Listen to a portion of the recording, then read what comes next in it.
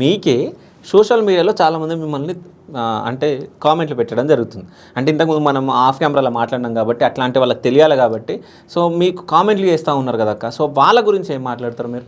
నేను ఒకటే చెప్తున్నా, కామెంట్ చేసేటప్పుడు వాళ్ళ ఇంట్లో కూడా అమ్మ ఉంటుంది, భార్య ఉంటుంది, చెల్లె ఉంటుంది. సిగ్గు శరం ఉన్నోడు ఎవడు పెట్టాడు. కొంచెం అది ఇంకొకటి ఏంటంటే నిజంగా ఒరిజినల్ ఐడితో పెట్టాడు. దమ్మున్నోడు ఎవడని ఉంటే ఒరిజినల్ ఐడితో పెట్టాలి.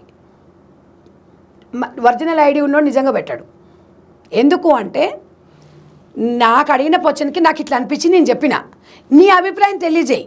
కానీ ఎదుటి వ్యక్తి చెప్పిన అభిప్రాయాన్ని నువ్వు కూనీ చేసేసి నువ్వు లకారాలతో పెడితే నీకు 100 రెట్లు లకారాలు పెట్టవచ్చు. కానీ ఇది కరెక్ట్ కాదు. ఒక జడ్జిమెంట్ గాను మీరు ఒక సలహా ఇవ్వండి. మీరు ఇట్లా మీరు 100% మీకు రోజులు దగ్గర పడి ఫేక్ ఐడీలతో పెట్టేసి అమ్మాయిల పైన చేస్తున్నారు కాబట్టి ఇగో ఇట్లున్నారు. పబ్లిక్లోకి రండి, పబ్లిక్లోకి వచ్చి మాట్లాడండి. ఇప్పుడు ఏముంది, ఒక్క వీడియో చేసి పంపించండి బయటికి ఈ విషయాల మీద. కామెంట్ దీనికి ఏం పని ఉండదు, ఇది వచ్చి మాట్లాడుతుంది. మీకేం పని ఉంటుందిరా మరి? కామెంట్ బాక్స్లోకి ఎందుకు వస్తున్నారు మీరు? మీకేం పని లేదా? నీకేం పని, మాకు అదే పని ఉంటుంది. అంతేనా కదా శివ? ఇప్పుడు దీనికి మైకి దొరికితే చాలంటారు. ఈ మంచి మాట్లాడితే కొంతమంది మీరు చాలా బాగా మాట్లాడుతున్నారు.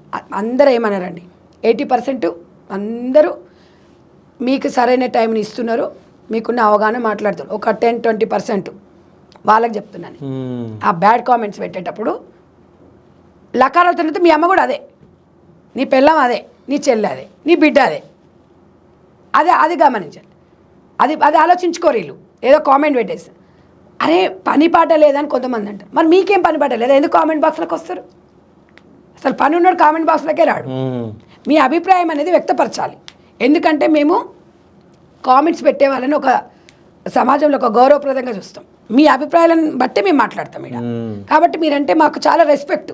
దయచేసి మీరు ఇట్లా కామెంట్స్ పెట్టేసి ఎందుకు మీరు పాపం మూట కట్టుకుంటున్నారు?